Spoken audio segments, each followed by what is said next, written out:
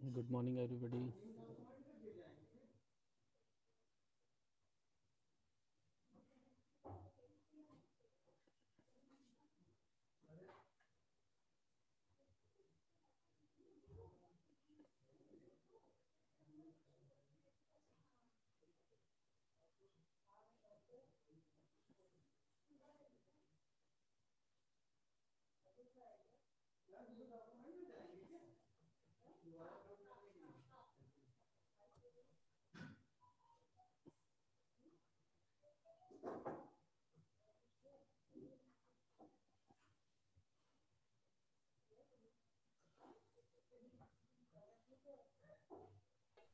तो स्टूडेंट्स, हम लोगों ने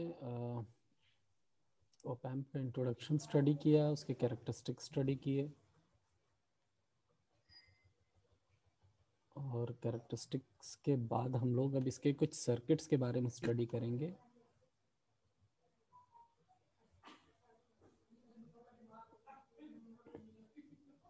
और सर्किट्स स्टडी करने से पहले एक कॉन्सेप्ट है जिसे कि वर्चुअल ग्राउंड कॉन्सेप्ट कहते हैं। पहले हम इसको समझ लेते हैं कि वर्चुअल ग्राउंड कॉन्सेप्ट क्या है, क्योंकि इसी कॉन्सेप्ट पर ही हम बाकी के जितने भी सर्किट्स हैं वो इसी कॉन्सेप्ट के अकॉर्डिंग स्टडी करते हैं। ये कॉन्सेप्ट सब जगह यूज़ होता है। अब जैसे कि देखिए, यहाँ पर जो नेम इसका है वर्चुअल ग्राउंड कॉन्सेप्ट, तो there exist a ground but it is virtual. Means जैसे हम जो सर्किट्स में इस तरह से ग्राउंड का कनेक्शन करते हैं, मतलब ज़ीरो पोटेंशियल से कनेक्शन करते हैं, तो सर्किट्स में तो हम फिजिकली ये कनेक्शन हर जगह करते हैं जहाँ पर भी करना होता है। But in case of operational amplifiers, यहाँ पर एक वर्चुअल ग्राउंड जैसी सिचुएशन भी अराइज होती है, जहाँ पर कि हम फिजिकली तो डायरेक्ट ग्राउंड से कनेक्शन नहीं करते हैं, बट वो ग्राउंड होता है। अब इसको हम लोग समझ लेते हैं कि ये किस तरह से वर्क करता है।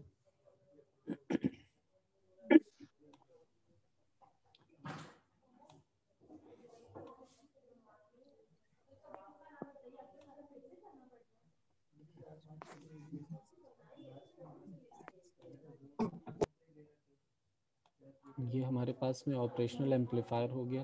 अब ये आइडियल ऑपरेशनल एम्पलीफायर है हमारे पास में, V2 एंड V1, एंड ये रहा आउटपुट V आउटपुट।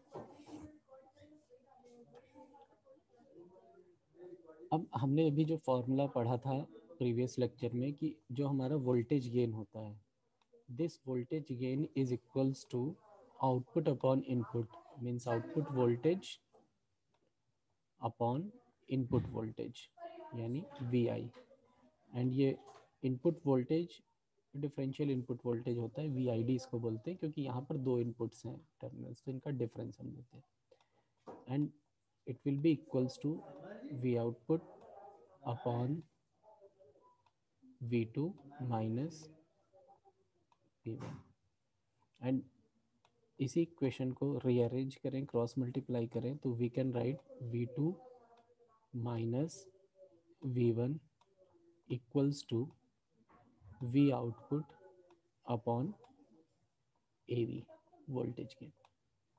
एंड अभी इससे पहले जो हम कैरेक्टरिस्टिक्स पढ़ रहे थे, अगर हम आइडियल ऑपरेशनल एम्पलीफायर की बात कर रहे हैं तो in case of ideal operational amplifier जो वोल्टेज गेन होता है AV, it is equals to infinite.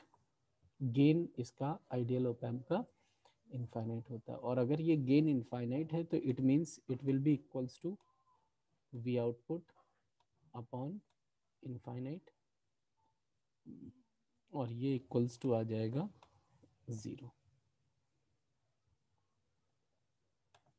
अब 0 आ गया, इसका मतलब हो गया हमारे पास में जो इक्वेशन आ रही है V2 minus V1 equals to 0, और दिस इक्वेशन इम्प्लाइज दैट कि V2 is equals to V1। ठीक है, हमने कॉन्सेप्ट लगा लिया। अब इन केस हमारा ये जो सर्किट है, इस सर्किट में हम V2 को फिजिकल ग्राउंड से कनेक्ट कर देते हैं। फिजिकल ग्राउंड से अगर हम कनेक्ट कर दे रहे हैं तो due to this condition in ideal op amp, V2 is equals to V1, V1 will also be equals to 0 because V2 is equals to 0 due to connection of ground। तो यहाँ पर हम देख रहे हैं कि V2 को तो हम ग्राउंड से कनेक्ट कर रहे हैं, इसको 0 कर रहे हैं, बट V1 हमारा ग्राउंड से कनेक्टेड नहीं है, but still it is equals to 0। This condition is known as virtual ground condition. इसे हम वर्चुअल ग्राउंड कहते हैं कि हमने V1 को वर्चुअली ग्राउंडेड कर रखा है। कॉन्सेप्ट क्लियर है सबको? Yes, sir. Yes, sir. अब आगे के सर्किट्स पर चलते हैं, जिसमें कि हम ओप एम्प का कहाँ कहाँ एप्लीकेशन कर रहे हैं। तो पहला जो एप्लीकेशन है वो हम एक एम्पलीफायर बनाते हैं जिसे कहते हैं इन्वर्टिंग एम्पलीफायर। ठीक, फर्स्ट सर्किट आपको शो किया गया है। अब इसका नाम इन्वर्टिंग एम्पलीफायर क्यों है? बिकॉज जो इनपुट अप्लाई कर रहे हैं, this input VI is applied at inverting terminal, this negative terminal. जो नेगेटिव है उसे हम इन्वर्टिंग टर्मिनल कहते हैं, और अगर हम इस इन्वर्टिंग टर्मिनल पर इनपुट को अप्लाई कर रहे हैं तो हम एम्पलीफायर को इन्वर्टिंग एम्पलीफायर कहते हैं। और जो नॉन इन्वर्टिंग टर्मिनल है, यानी ये जो सेकंड टर्मिनल है प्लस वाला terminal, sorry, this terminal is connected to ground, means non inverting terminal पे जो इनपुट वोल्टेज होगा ये हमारा 0 हो जाएगा। तो ये हमारा वैल्यू 0 हो गया, ये V2 वोल्टेज हो गया, एंड दिस वोल्टेज इज, इस नोड का वोल्टेज इट इज V1। तो वर्चुअल ग्राउंड कंडीशन से क्या होगा? V2 की वैल्यू ग्राउंड से कनेक्टेड है 0 है, तो V1 की वैल्यू भी क्या हो जाएगी? 0 हो जाएगी। एंड यहाँ तो करंट 0 रहेगी, एंड ओप एम्प के अंदर कोई भी करंट नहीं जाती, ये हम लोगों ने इससे पहले इसके कैरेक्टरिस्टिक में स्टडी किया है। तो अब अगर हम ये इनपुट अप्लाई कर रहे हैं और यहाँ से कोई करंट अंदर की तरफ मूव कर रही है, तो ये करंट इस रेजिस्टेंस के थ्रू इस नोड पर आएगी, और इस नोड पर अगर हम चेक करेंगे तो अंदर अगर कोई करंट नहीं जा रही, it means this whole current will flow through this feedback resistance RF। In this way. तो ये इस तरह का यहाँ पर ये कनेक्शन बना हुआ होता है। इसको कहते हैं फीडबैक रेजिस्टेंस, इसीलिए आर के साथ सफिक्स में एफ लिखते हैं। And this resistance is known as input resistance R1। तो ये कनेक्शन हो गया हमारा इन्वर्टिंग एम्पलीफायर का। और अब यहाँ पर हम जो गेन कैलकुलेट करेंगे उसे हम कहेंगे क्लोज्ड लूप वोल्टेज गेन, क्योंकि अभी तक क्या था, हमारे पास कोई लूप नहीं था ओपैम्प में, क्योंकि ओपैम्प हमारा सिर्फ इतना सर्किट था, तो हम ओपन लूप गेन कहते थे। नाउ हमारे पास में क्या है, इस तरह से लूप्स बन गए, फीडबैक रेजिस्टेंस करेक्ट हो गया। तो अब हम जो गेन इस कंडीशन में कैलकुलेट करेंगे, मतलब V output upon this V input, then it is known as closed loop voltage gain. अब देखते हैं यहाँ पर कि गेन कितना आता है। उसके लिए हम इस सर्किट में करंट और वोल्टेजेस के नोटेशंस ड्रॉ कर देते हैं। तो करंट तो हमने बता दिया आप लोगों को कि ये I2 की वैल्यू 0 हो गई, I1 की वैल्यू 0 हो गई, मतलब ओपैम्प के अंदर कोई भी करंट नहीं जा रही है इन केस ऑफ आइडियल ओपैम्प। तो ये I जो है ये इनपुट करंट हो गई। Whole current will flow through this feedback resistance, और फीडबैक रेजिस्टेंस की जो करंट है उसे हमने कह दिया IF। तो ये नोटेशंस हो गए हमारे पास में। अब इस नोड ए पे अगर हम KCL अप्लाई करते हैं, KCL एट नोड ए, तो इन दिस केस क्या होगा, I equals to IF plus I1 होना चाहिए, but since I1 is equals to 0 तो I is equals to IF। और जब I इक्वल्स टू IF हो जाएगा तो अब हम सबसे पहले I की वैल्यू कैलकुलेट करेंगे, क्या होगी। तो I यानी इस करंट की जो वैल्यू होगी, ये वैल्यू क्या होगी, VI minus this voltage V1 upon R1। ये वैल्यू होगी करंट की। रेजिस्टेंस के अक्रॉस जो भी वोल्टेज है वो voltage V equals to simple IR हम लगाएंगे, तो इसके अक्रॉस रेजिस्टेंस के अक्रॉस वोल्टेज कितना होगा, दोनों नोड के वोल्टेज को हम माइनस कर देंगे, VI माइनस V1। तो VI माइनस V1 करेंगे और अपॉन में लिखेंगे R1, तो it will be equal to II। And IF की वैल्यू भी इसी तरह से लिख लेंगे। IF की वैल्यू क्या होगी, V1 minus V0 upon RF। तो V1 minus V0 upon RF। तो ये हमारे पास में KCL के बाद में हम इस तरह से V इक्वल्स टू IR से वैल्यूज पुट कर देंगे। नाउ हमारे पास में हमने बताया आपको वर्चुअल ग्राउंड कंसेप्ट है, तो वर्चुअल ग्राउंड कंसेप्ट से क्या होगा, V2 is equals to 0, therefore V1 is also equals to 0। और जब V1 की वैल्यू 0 हो जाएगी तो we will put this value here, V1 की वैल्यू 0 एंड V1 की value 0 due to this virtual ground concept.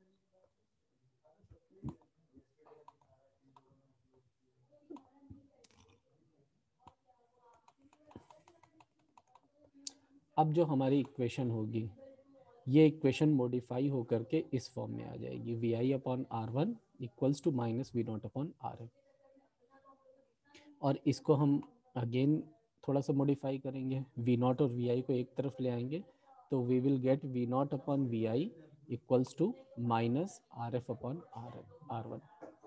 और गेन का फॉर्मूला क्या होता है, output voltage upon input voltage. तो gain equals to output voltage upon input voltage and it will be equals to minus RF upon R1।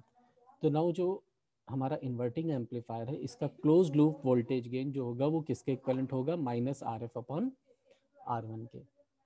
तो अगर हमें resistances की वैल्यू पता है, then we can easily calculate कि उस ऑपरेशनल एम्पलीफायर का, नॉन इन्वर्टिंग एम्पलीफायर का गेन कितना होगा। तो माइनस RF अपॉन R1 से हम गेन कैलकुलेट कर सकते हैं, इसे हम कहेंगे क्लोज लूप वोल्टेज गेन। अब यहाँ पर आपको एक नेगेटिव साइन दिख रहा है, क्योंकि गेन नेगेटिव में तो होगा नहीं। तो यहाँ पर नेगेटिव साइन का मतलब सिर्फ इतना है कि there is 180 degree phase shift between VI and V output.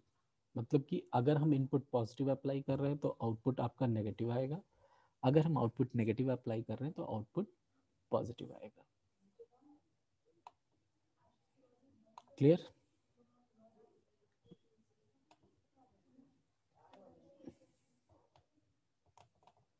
अब जैसे हमारे पास में एक न्यूमेरिकल है यहाँ पर, and in this numerical we have to design an amplifier with a gain of -10 and input resistance equal to 10 kilo ohm. तो दो वैल्यूज हमें दी हैं, गेन की वैल्यू -10 दी है और रेजिस्टेंस की वैल्यू, इनपुट रेजिस्टेंस की वैल्यू 10 किलो ओम दी हुई है।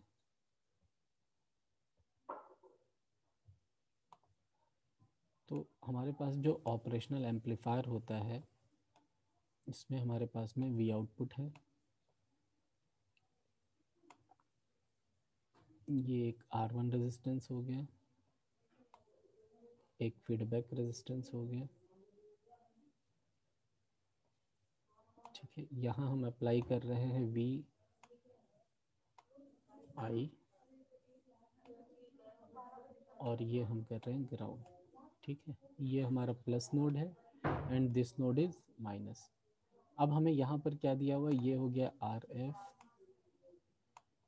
और ये हो गया R1। तो हमें गेन दिया हुआ है, गेन की वैल्यू कितनी है -10 एंड R1 की वैल्यू कितनी दी हुई है 10 किलो ओम। एंड क्वेश्चन में कहा गया है कि डिज़ाइन करना है, तो in case of designing any circuit we need to calculate all the components of a circuit. तो अब हमारे पास में जैसे non inverting amplifier, sorry inverting amplifier है, क्योंकि यहाँ पर माइनस टर्मिनल पे इनपुट अप्लाई किया गया है तो ये इन्वर्टिंग है। तो इन्वर्टिंग एम्पलीफायर में हमारे पास में जो पैरामीटर्स हैं वो सिर्फ दो होते हैं, एक इनपुट रेजिस्टेंस R1 और एक RF। बाकी आउटपुट जो होता है, आउटपुट तो हम इनपुट के अकॉर्डिंग कैलकुलेट करेंगे, जब इनपुट अप्लाई किया जाएगा तभी हम आउटपुट को कैलकुलेट कर सकते हैं। तो जब भी डिजाइनिंग की बात करेंगे कि जो भी इस तरह के रेजिस्टेंसेस कैपेसिटेंसेस होंगे किसी भी सर्किट में, उनकी वैल्यू हमें कैलकुलेट करनी होगी। तो in this case, in this numerical, हमें देखिए R1 की वैल्यू तो गिवन है, तो इसे हमें कैलकुलेट नहीं करना है, और RF की वैल्यू गिवन नहीं है, तो we have to calculate this value of RF। तो सिर्फ एक कंपोनेंट हमें कैलकुलेट करना है और हमारा सर्किट डिजाइन हो जाएगा। अब इस एक कंपोनेंट को कैलकुलेट करने के लिए फॉर्मूला हमने अभी देख ही लिया कि गेन इक्वल्स टू क्या होता है। अगर हम गेन कैलकुलेट करेंगे तो गेन इक्वल्स टू क्या होगा, गेन हो गया हमारा -10 and it will be equals to, formula हमारे पास है -RF अपॉन R1। तो यहाँ पर से हमें क्या मिल जाएगा, माइनस माइनस तो देखिए कैंसिल हो जाएगा and RF is equals to हो जाएगा 10 मल्टीप्लाइड बाई जो भी R1 की वैल्यू, R1 की वैल्यू कितनी है 10 kilo ohm, and this 10 kilo ohm will be multiplied by 10 and RF resistance will become 100 kilo ohm। तो इस फीडबैक रेजिस्टेंस की वैल्यू हमें पता चल गई, RF की वैल्यू हो गई 100 किलो ओम। Numerical complete.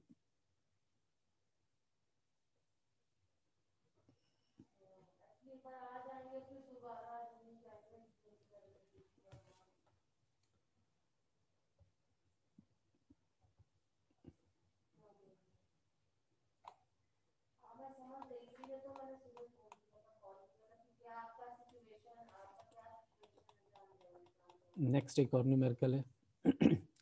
अब इस न्यूमेरिकल में हमें क्या करना है, फिगर गिवन है आपको एंड हमें R1 की वैल्यू दी हुई है 10 किलो ओम, RF की वैल्यू दी है 100 किलो ओम, इनपुट वोल्टेज दिया है 1 वोल्ट और यहाँ पर एक लोड रेजिस्टेंस RL भी कनेक्ट किया गया है 25 किलो ओम का। एंड हमें कैलकुलेशन क्या क्या करनी है, आई यानी यहाँ से जो करंट फ्लो हो रही है, this current will be calculated, output voltage calculate करना है, IL लोड करंट कैलकुलेट करना है, टोटल करंट I0 कैलकुलेट करना है, ये ठीक है। तो अब ये वैल्यूज कैलकुलेट करते हैं।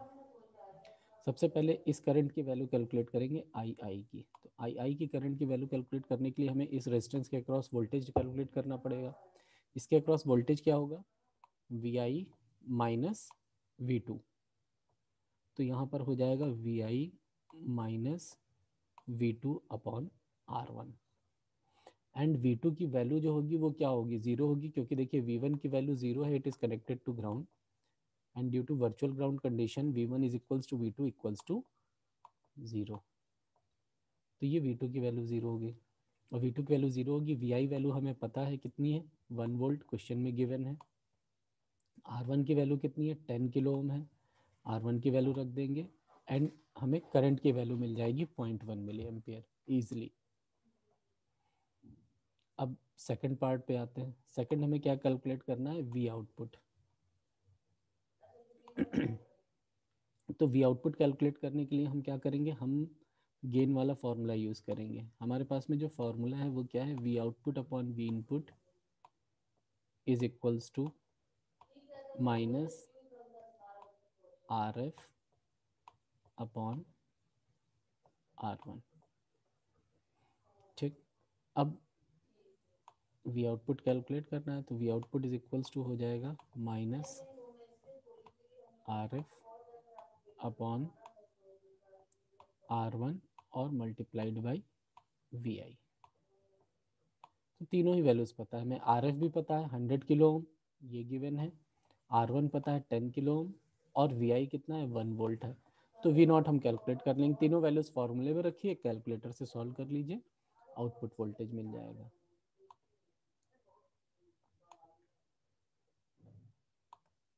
तो आउटपुट वोल्टेज यहाँ पर देखिए कैलकुलेट किया है, कितना आया, -10 वोल्ट। तो -10 वोल्ट क्यों आया है, क्योंकि हम लोग इन्वर्टिंग एम्पलीफायर में देख रहे हैं कि अगर हम प्लस वोल्टेज अप्लाई कर रहे हैं तो माइनस में आएगा वोल्टेज। हमने +1 वोल्ट अप्लाई किया था तो आउटपुट में क्या आया, -10 वोल्ट। तो पॉजिटिव का नेगेटिव हो गया और 1 वोल्ट का 10 वोल्ट बन गया, एम्पलीफाई भी हो गया, दोनों काम हो गए यहाँ पे। अब नेक्स्ट जो है हमारे पास में थर्ड, वो हमें लोड रेजिस्टेंस कैलकुलेट करना है, IL। तो IL की वैल्यू कैसे कैलकुलेट हो जाएगी, IL की वैल्यू के लिए हमें क्या पता होना चाहिए, इस RL के अक्रॉस वोल्टेज पता होना चाहिए। तो RL के अक्रॉस वोल्टेज कितना है, V नॉट, जो आउटपुट वोल्टेज है हमारे पास में, ये वोल्टेज हमारा RL के अक्रॉस होगा। और जो करंट फ्लो हो रही है वो करंट कितनी होगी, IL करंट होगी। तो V नॉट भी पता है, RL भी पता है, तो V इक्वल्स टू IR वाले फार्मूले से हम इजिली IL भी कैलकुलेट कर लेंगे।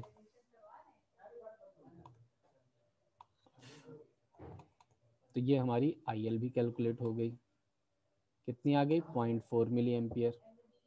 इसके बाद टोटल करंट की बात करें, total current I naught it will be equals to feedback current plus load current, दोनों करंट के सम के इक्विवेलेंट होगा। फिगर देख लेते हैं कैसे है।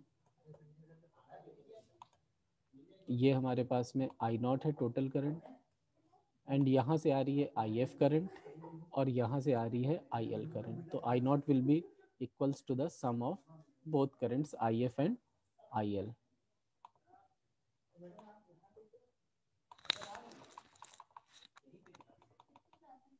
सर हाँ जी, सर आपने IL कैसे निकाला है, वो एक बार फिर से एक्सप्लेन IL कर दीजिए देखिए, प्लीज। एक मिनट।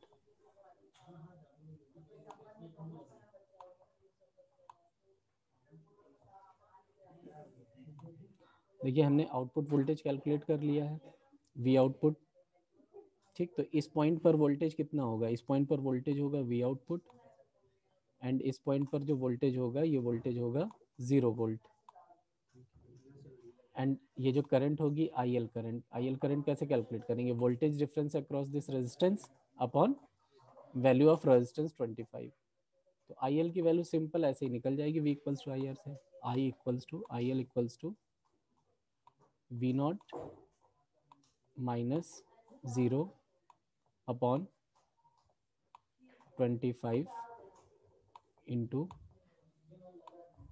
10⁻3। इससे हम कैलकुलेट कर लेंगे।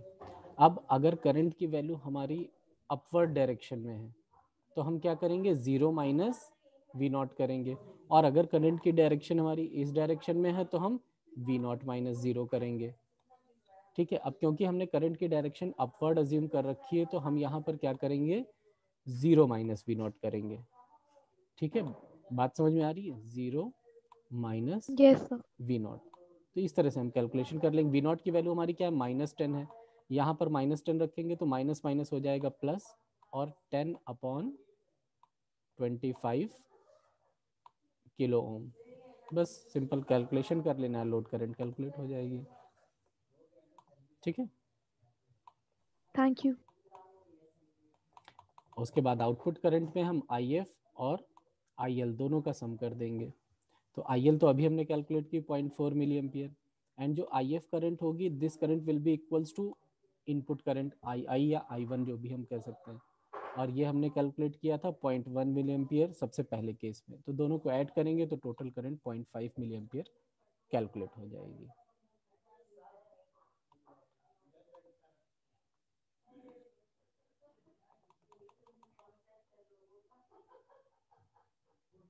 नेक्स्ट फिर है हमारे पास में नॉन इन्वर्टिंग एम्पलीफायर। अब हम क्या करेंगे, जो इनपुट अप्लाई करेंगे ये इनपुट हम नॉन इन्वर्टिंग टर्मिनल पे अप्लाई कर देंगे, यानी प्लस वाले टर्मिनल पे अप्लाई करेंगे, और जो माइनस वाला टर्मिनल है उस पर हम यहाँ पर जो इनपुट अप्लाई करते थे इसको हम क्या कर देंगे, ग्राउंड से कनेक्ट करके इसको हम 0 कर देंगे।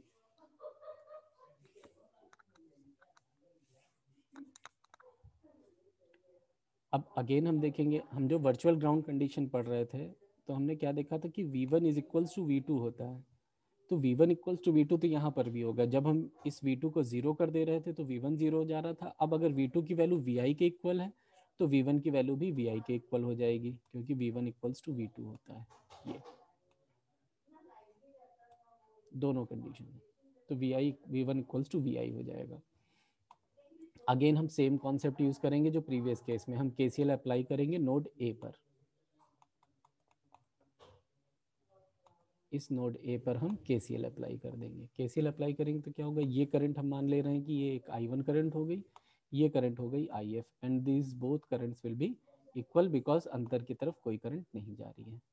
तो I1 equals to IF, I1 की वैल्यू क्या होगी 0 वोल्ट, क्योंकि करंट की डायरेक्शन ये है। तो हम क्या करेंगे 0 volt minus V1 upon R1, तो 0 minus V1 upon R1 I1 हो गया। सिमिलरली हम IF कैलकुलेट करेंगे, IF क्या हो जाएगा V1 minus V0 upon RF, तो V1 minus V0 upon RF हो जाएगा। तो इस तरह से हम कैलकुलेट कर लेंगे। अब ये हमारे पास में फॉर्मूला बन गया, यहाँ पे क्रॉस मल्टीप्लिकेशन कर देंगे। ये हम क्रॉस मल्टीप्लिकेशन यहाँ पर करेंगे इस जगह पर, और क्रॉस मल्टीप्लिकेशन से पहले हम क्या करेंगे Vi की जगह पर, सॉरी V1 की जगह पे Vi पुट कर देंगे। इस तरह से क्रॉस मल्टीप्लिकेशन किया, Vi के टर्म्स को एक तरफ ले आए, माइनस माइनस कैंसिल हो जाएगा, Vi कॉमन लेंगे R1 प्लस RF, और उसके बाद फिर रीअरेंज करेंगे V0 upon Vi will be equals to R1 plus RF upon R1। और इस टर्म को अगर सॉल्व करेंगे, R1 को दोनों पार्ट में इंडिविजुअली पुट करेंगे, तो फर्स्ट वाले पार्ट से R1 कैंसिल होकर के सिर्फ 1 बचेगा, सेकंड पार्ट में RF अपॉन R1 बच जाएगा। तो हमारे पास में अगेन जो गेन होगा क्या होगा, V output upon V input, यही सेम गेन होगा। अब जो फॉर्मूला आ रहा है हमारे पास वो क्या आ रहा है 1 प्लस RF अपॉन R1, ये गेन कैलकुलेट हो रहा है।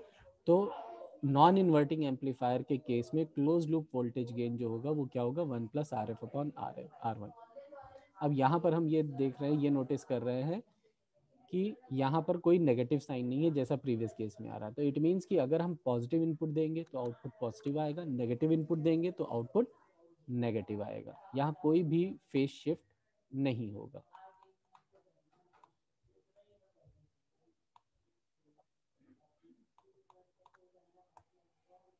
अब इसके बाद में नेक्स्ट जो टॉपिक है वो है वोल्टेज फॉलोवर। वोल्टेज फॉलोवर के केस में क्या है कि इसका जैसे नाम है वोल्टेज फॉलोवर, तो यहाँ पर जो आउटपुट वोल्टेज होता है वो इनपुट वोल्टेज को फॉलो करता है। जैसा इनपुट वोल्टेज होगा वैसा ही आउटपुट वोल्टेज भी होगा। तो इस कंडीशन के लिए हम क्या करेंगे, हमने जो प्रीवियस सर्किट स्टडी किया है, तो प्रीवियस सर्किट में हम लोग अगर R1 की वैल्यू को इनफाइनाइट कर दें और RF की वैल्यू को 0 कर दें, तो इस केस में हमारा जो सर्किट होगा क्या हो जाएगा, यहाँ पर अब इस लूप में कोई करंट फ्लो नहीं होगी क्योंकि इनफाइनाइट रेजिस्टेंस है, तो ये यूजलेस हो गया। तो हमने यहाँ से इस पार्ट को हटा दिया सेकंड सर्किट में, और ये 0 हो गया। तो 0 रेजिस्टेंस का मतलब हो गया नॉर्मल वायर है, कुछ भी यहाँ पर कनेक्टेड नहीं है। अब इस नोड पे जो वोल्टेज होगा the same voltage will appear at this node. तो V0 अगर यहाँ पर है इस नोड पर, तो V0 ही यहाँ पर भी होगा।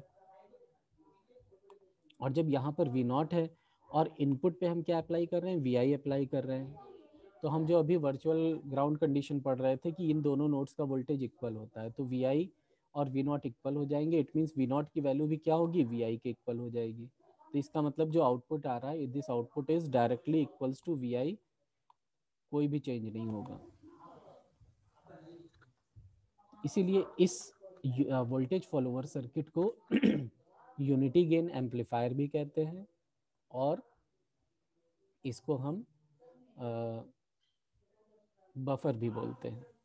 अब यूनिटी गेन एम्पलीफायर कैसे, जो हमने अभी प्रीवियस केस में सर्किट पढ़ा था, 1 plus R F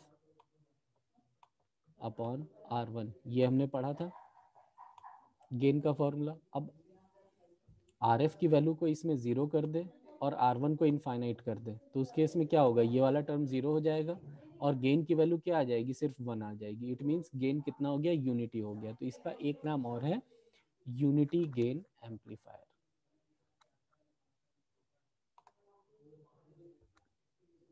clear? Voltage follower circuit, V I equals to V naught. Notes हमने ये शेयर कर दिया है। इसके बाद जो नेक्स्ट सर्किट है वो है हमारे पास में अर्थमेटिक सर्किट्स हैं, जिसमें हम एडर या समिंग एम्पलीफायर पढ़ते हैं, जिसमें कि हम इनपुट पे एक से ज़्यादा इनपुट्स अप्लाई करते हैं और फिर उसको सम करके आउटपुट कैलकुलेट करते हैं। तो इस सर्किट को हम लोग नेक्स्ट लेक्चर में अब करेंगे। आज के लिए इतना ही रखते हैं, और कुछ क्वेश्चंस हो, क्वेरी हो, कुछ पूछना चाह रहे हो तो पूछ लीजिए अभी।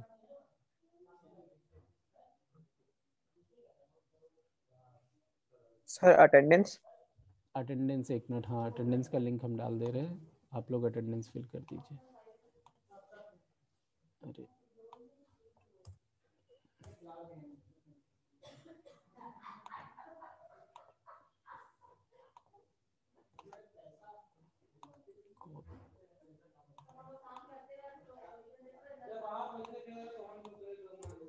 आप लोग अटेंडेंस फिल कर दीजिए, ठीक है? चैट बॉक्स में है लिंक। अटेंडेंस के बाद हम क्लास एंड कर देते हैं।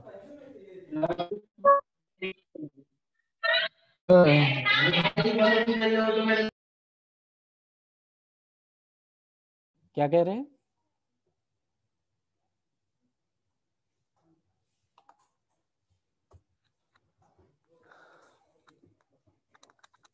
Thank you students.